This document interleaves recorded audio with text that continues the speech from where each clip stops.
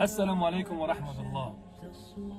دوستانو ته که تاسو ته یو انسان ووایي چې زه د شپې د خوب نه راپورته شوم او زه انتقال شوم اسمانونو ته او بیا بیرته راوړل شوم په خپل ځای کې څملاستم په همدې شپه کې او بیا سهار شروع بشري عقل دغه خبر نه مني، خو دغه واقعه زموږ ستاسو د ګران او خوږ پیغمبر حضرت محمد صلی الله علیه وسلم سره شوې.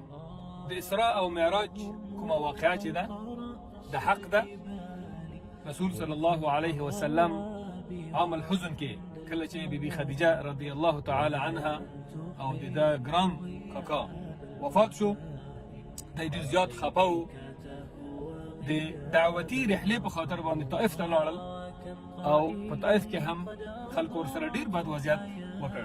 کوچنیانو په کاڼو باندې د ویشتو صلی الله علیه وسلم. قصه معلومه ده او واضح ده. بیا یوه ملایکه ورته راغله او غوښتلې چې د طائف په خلکو باندې عذاب راوړي. نو رسول الله صلی الله علیه وسلم ورته دعا وکوله، وی خدای زما قوم ته دعا وکوي کیدای شي د دوی په اولادونو کې په ذریاتو کې څوک پیدا شي چې هغه د الله جل جلاله توحید بیان کړي او د الله جل جلاله په یووالي باندې دوی ایمان راوړي. د دې دردناکې واقعې نه وروسته الله جل جلاله محمد صلی الله علیه وسلم ته یو انعام ورکړ. هغه دا چې د شپې دی په مکه مکرمه کې ویده و. الله جل جلاله جبرائیل او یو بل فرشته ورته راولېږل. په براق باندې دی سور شو د مسجد الحرام نه تر مسجد الاقصی په فلسطین کې. دی په براق یوه دابه ده انتقال شو، براق یې هلته وتړلو او د هغو نه وروسته بیا اسمان ته دی جګ شو.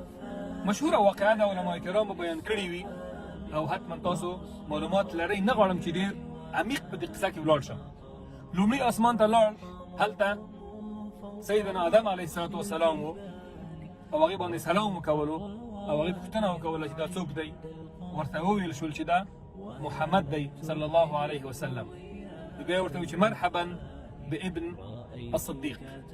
د یو اسمان نه تر بل اسمان پورې د 500 کالونو مسافه ده.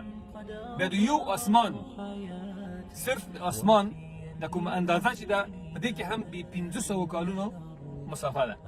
دویم اسمان ته لاړو او دریم ته لاړو، همداسې بیا پنځم ته لاړو چې په هغې کې هارون علیه السلام و، شپږم ته لاړو چې په هغې کې موسی علیه السلام و، اووم ته لاړو چې په هغې کې ابراهیم علیه السلام و. خو د ټولو انبیاو باندې د سلام وکولو. د اووم اسمان په سر باندې یو سمندر و، وایي چې 500 کاله هم د دې مسافه وه. دومره لوی سمندر د دې په سر باندې بیا عرش او هلته بیت المعمور چې 80,000 ملایکې هر ورځ بیت المعمور ته راځي او د آخرت تر ورځ پورې همدغه کوم ملایکه چې یو ځل راشي بیا نه تکرارېږي. نو څومره د خدای جل جلاله زیاتې فرشتې دي. وما یعلم جنود ربک الا هو. رسول صلی الله علیه وسلم ته بیا درې لوښو کې درې شیونه راځي چې هغه شراب او ګبین او شودې دي. نو رسول صلی الله علیه وسلم بیا شودې اختیاروي، حال دا چې شراب په هغې وخت کې هم حرام نه و.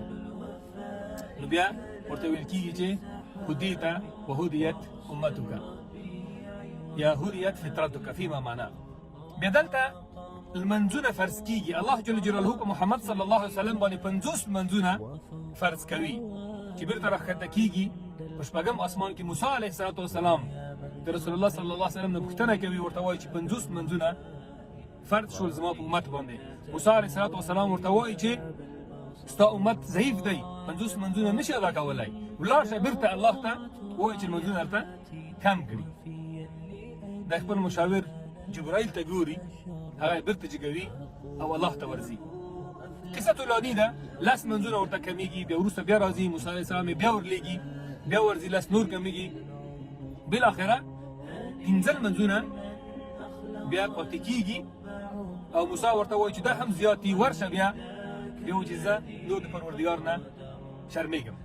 راځي بیت المقدس ته او په ټول انبیاو ته لمونځ ورکوي او د هغې نه بېرته انتقالېږي مکې مکرمې ته او خپل ځای کوم بستر کې چې ویده و هماغه بستر کې بېرته د استراحت کوي. سهار ته راځي او ابو جهل ورنه پوښتنه کوي، هغه ته وایي چې زه د شپې اسري بي او کیسه ورته کوي چې زه ولاړم بیت المقدس ته. نو خاندي ابو جهل او ورته وایي چې ته آماده یې چې دا قصه د نورو خلکو په مخکې هم وکوي، چې بالکل زه آماده یم. خلک ورته راغونډوي او دی دا قصه ورته کوي. مشرکین ورنه پوښتنه کوي چې بیت المقدس څنګه و؟ رسول الله صلی الله علیه وسلم وایي چې زما نه چون شپه وه زه ډېر متوجه شوی نه وم تفصیلات د بیت المقدس ته، وایي ما ته د شکل را حاضر شو، ما ټولې هغه نښې ورته درستې وویل. دوی بیا هم د خبر ونه منله. ولاړل ابوبکر صدیق ته ورته وویل چې ستا ملګری دروغ وایي چې په یوه شپه کې دی. لاړو فلسطین ته او دغونه بیا اسمان ته لاړو او بېرته مکې مکرمې ته راغی. نو هغه وایي چې زه منم، زه تصدیقوم او دا دروغ نه دي. د دې نه زیات شی نه هم زه د رسول الله صلی الله علیه وسلم نه منم. ډېر مختصر انداز کې راځو د دې قصې نه څه درسونه او څه عبرتونه دي. مدره طبعا د قصه ډېره طولاني ده او دلچسپه ده، خو داسې په لنډ شکل باندې ما تاسو سره شریکه کړه. لومړی درس او لومړی عبرت خو دغه دی چې ان مع العسر یسرا.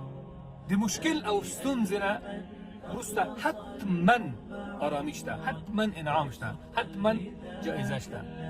ای دعوتګرو ورونو، تاسو چې څومره په مشکلاتو کې، څومره په ستونزو کې، حتما که تاسو مستقیم اوسېږئ او د شرط دی فاستقم کما امرت، حتما د تورې شپې نه وروسته روڼ سهار راځي. دویم درس او عبرت دغه دی چې الله جل جلاله په هر څه باندې قادر دی. موږ تاسو وسایلو پسې ګرځو، دا ډېره ښه خبر ده. نتیجه پسې موږ تاسو ونه ګرځو، نتیجه د الله جل جلاله په لاس کې ده. معجزه یو خارق العاده کار دی. الله جل جلاله خپلو مبارکو انبیاو ته دغه معجزه ورکړې. الله جل جلاله چې یو کار کوي بیا د هغې اسباب پسې بیا نه ګرځي. حتی قانون هم کوم چې الله ایښودلی هغه هم ختموي. اور انسان سوځي، خو ابراهیم چې کله چول کېږي نو بیا الله وایي چې یا نار کوني بردا وسلاما علی ابراهیم. که چېرته سلاما نه وای ویلی نو د اور چې د کوم کیفیت دی چې د انسان سوځوي دا به نه و، او که سلاما نه وای ویلی نو دغه اور به ابراهیم علیه السلام ته یخ شوی و، دی به د یخ نه تکلیف شوی و. موسی علیه السلام چې کله فرعون ورپسې ولاړو په بحر کې دننه شو، بحر ورته وچه لاره شوه، هغوی د بحر نه ووتل، فرعون او ډله یې پکې غرق شو. مریم رضی الله تعالی عنها ته خاوند یې نه و، د فطرت مخالف الله جل جلاله ورته عیسی علیه السلام ورکړ. ډېره مهمه دغه ده چې یو انسان ارتباط یوازې او یوازې د الله سره وي. دریم درس او عبرت د دې نه دی فلسطین اهمیت دی، بیت المقدس اهمیت دی چې هغه صرف جغرافي خبر نه ده، هغه د انبیاو او د رسول الله صلی الله علیه وسلم د امامت مسله ده. هغه د مسلمانانو لومړی کعبه ده. څلورم درس د لمانځه اهمیت، لمونځ په خشوع کول، په عاجزۍ باندې کول او په خپل وخت باندې لمونځ کول. ان صلاة كانت على المؤمنین کتابا موقوتا. پنځه لمونځونه موږ کوو، الله راته د 50 لمونځونو اجر راکوي. د سهار یو لمونځ کوو لکه 10 لمونځونه چې موږ تاسو کړي وي. هغه انسانان چې د اسراء او د معراج معجزه نه مني ملحدین دي، نو هغوی ته زما دغه پیغام دی چې د انسان او د بشر کوم عقل چې دی دا قاصر دی. دغه واقعه په قرآن کریم کې ثابته شوې او په دې کې مختلف آیتونه را نازل شوي.